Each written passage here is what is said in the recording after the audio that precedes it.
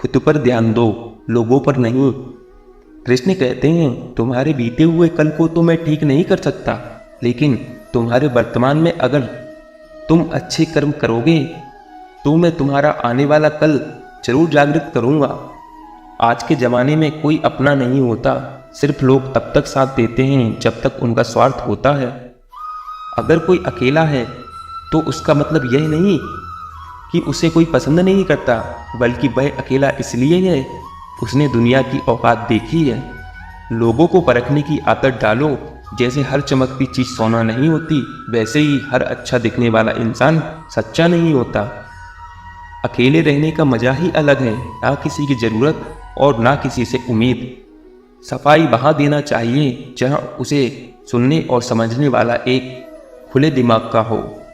मेहनत एक ऐसी चाबी है जो बंद भाग के दरवाजे को भी खोल देती है। डाली से गिरते हुए पत्तों ने क्या खूब कहा कि अगर बोझ बन जाओगे तो अपने ही तुम्हें गिरा देंगे। क्रोध को प्यार से, बुराई को अच्छाई से, स्वार्थ को उदारता से और झूठे व्यक्ति को सच्चाई से जीता जा सकता है। जिस तरह समुद्र के खारे पानी को गर्म करने के बाद नमक के कण दिखाई देते हैं, ठीक उसी तरह से जब हम ध्यान, भक्ति और तप करते हैं तब हमें भगवान के दर्शन होते हैं। इसके लिए हमें हमारी बुराइयों को छोड़ना पड़ता है, तभी हम ईश्वर को प्राप्त कर सकते हैं। अगर आपको बहुत सारी परेशानियों से गुजरना पड़ रहा है तो आप खुश हो जाएं, क्योंकि भगवान की नज़र आप पर है। देर से ही सही, लेकिन वह आपकी जरूर सुनेगा। इंसान का भाग्य उन्हीं के कर्मों का फल होता है जो उसने अतीत में किए हैं। इसी तरह वो लोग जो आज कर्म कर रहे हैं वो उनके आने वाले कल का निर्धारण कर रहे हैं। भगवान बोलते हैं, तू करता वही है जो तू चाहता है, पर होता वही है जो मैं चाहता हूँ। तो तू कर वही जो मैं चाहता हूँ, फिर होगा वही जो तू चाहता है। अतीत को बदला जा सकता है, वर्तमान से बचाया नहीं जा सकता, लेकिन केवल भविष्य को संवारने का कार्य ही वर्तमान में किया जा सकता है। क्या फर्क पड़ता है हमारे पास कितने लाख, कितने करोड़, कितनी गाड़ियाँ, कितने घर हैं। खानी तो बस 2 वक्त की रोटी ही है, जीनी तो बस एक जिंदगी ही है।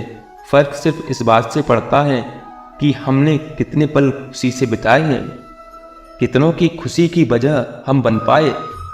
सुख दुख एक सिक्के के 2 पहलू हैं। जहाँ सुख होगा वहाँ दुख भी होगा, और जहाँ दुख होगा वहाँ सुख भी होगा।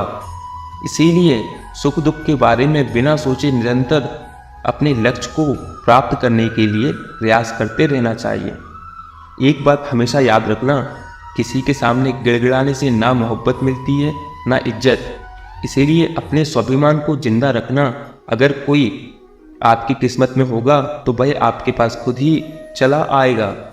दूसरों को हराने का मौका मत दो, बस खुद को आगे ले जाने की जिद पालो।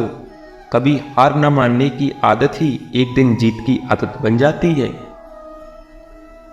एक बार एक व्यक्ति नदी के पुल से कहीं जा रहा था, तभी अचानक से उसके पीछे कई बंदर पड़ जाते हैं और उस आदमी को परेशान करने लगते हैं। वह आदमी अपने आप को बचाने के लिए बंदरों से दूर भागने की कोशिश करता है। तभी सामने से एक आदमी आकर उस आदमी को कहता है कि तुम इन बंदरों से मत डरो, तुम जितना इन बंदरों से डरोगे वे तुम्हें उतना ही डराएंगे। तुम इनका डटकर सामना करो। वह आदमी उन बंदरों का सामना करने के लिए उनकी तरफ देखता है और बंदरों की आंखों में आंखें डालकर चिल्लाने लगता है और सभी बंदर वहां से भाग जाते हैं। हमारे जीवन में भी नकारात्मक विचार इस बंदर की तरह ही हैं।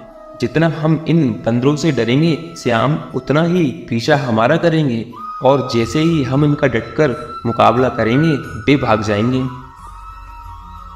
सिर्फ 2 ही चीज़ें मनुष्य के भाग का निर्माण करती हैं। पहला, स्वभाव। अगर आपके स्वभाव में अच्छाई, विनम्रता और गुण है तो आपका भाग्य चमकेगा।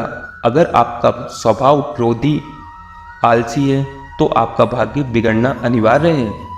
इसीलिए आपके स्वभाव को मधुर और आकर्षित बनाएं। दूसरा, आपकी वाणी बोलना तो आदमी 2.5 साल की उम्र में ही सीख जाता है, परंतु कब, कहाँ और कैसे और क्या बोलना है उसे जिंदगी भर यह समझ नहीं आता। जिसे बोलना आ गया कि कब, कहाँ और कितना बोलना चाहिए, समझ लो उसे सफल होने के लिए कोई नहीं रोक सकता। पिता से बड़ा कोई सलाहकार नहीं, माँ की छाँव से बड़ी कोई दुनिया नहीं, भाई से अच्छा कोई भागीदार नहीं और बहन से बड़ा कोई शुभचिंतक नहीं। इस मतलबी दुनिया से कोई मतलब ना रखो, और मतलब रखना है तो अपने मतलब से मतलब रखो। अगर तुम्हारे घर आग लग जाए तो लोग सहानुभूति प्रकट करने आते हैं, वह कहते हैं बहुत बुरा हुआ, और अगर तुम्हारा घर बड़ा हो जाए तो तुम्हें कोई बधाई देने के लिए नहीं आता। जरा सोचिए कि जब आपके साथ कुछ अच्छा होता है तो कोई कहने नहीं आता कि अच्छा हुआ, जानकर खुशी हुई, मगर आपके साथ अगर कुछ बुरा होता है तो जरूर कुछ लोग आकर जरूर कहेंगे अरे सुनकर बुरा लगा। अगर जब वह कहते हैं कि अरे बहुत बुरा हुआ, तब तुम जानोगे कि वे सिर्फ मज़े ले रहे हैं। दुआ मांगने से किसी का भला नहीं होता, मिलता तो वही है जो हमने बोया होता है। तुम नीचे गिर के देखो, कोई नहीं आएगा उठाने, जरा उठकर तुम देखो, सब आएंगे गिराने। एक बात हमेशा याद रखना, अगर शराब की दुकान पर बैठकर दूध पियोगे तो तुम्हें शराबी का ही दर्जा मिलेगा, और किसी मंदिर में बैठकर शराब पियोगे तो तुम्हें एक संत का दर्जा ही मिलेगा।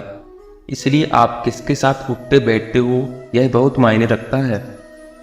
इंसान का भगवान पर शक नहीं हक हो जाता है तो मत पूछो फिर कैसे कैसे चमत्कार हो जाते हैं। जो अब तक नहीं हुआ वही हो जाता है।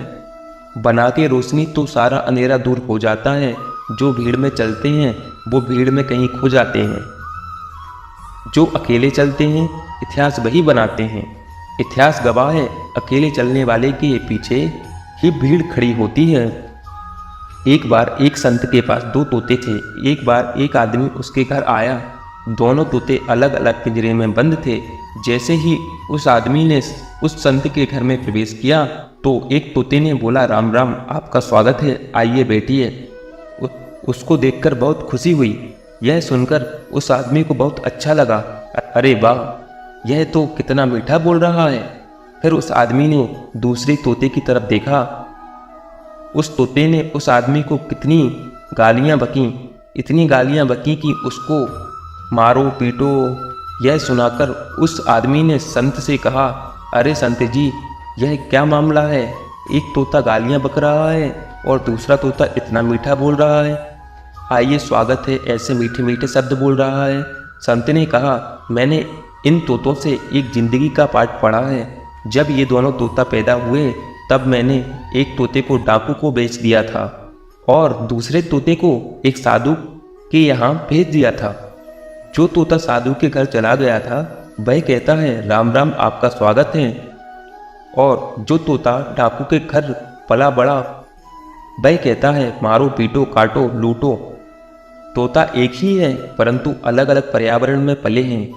इसलिए यह बहुत ही महत्वपूर्ण है कि जीवन में किसके साथ उठते बैठते हैं हमारे जीवन पर बहुत प्रभाव डालता है। अपने आप पर विश्वास करो, तुम्हारे अंदर कुछ ऐसा है जो हर बाधा से बड़ा है। बदल जाओ वक्त के साथ या फिर वक्त बदलना सीखो। मजबूरियों को मत कोसो, हर हाल में चलना सीखो। दिखावे से तो केवल लोगों को खुशियाँ ही दी जा सकती हैं, भगवान तो केवल नियत देखते हैं। हम आशा करते हैं दोस्तों आपको यह वीडियो पसंद आई होगी। आज के लिए बस इतना ही, मिलते हैं एक नई वीडियो में, तब तक के लिए जय श्री कृष्ण।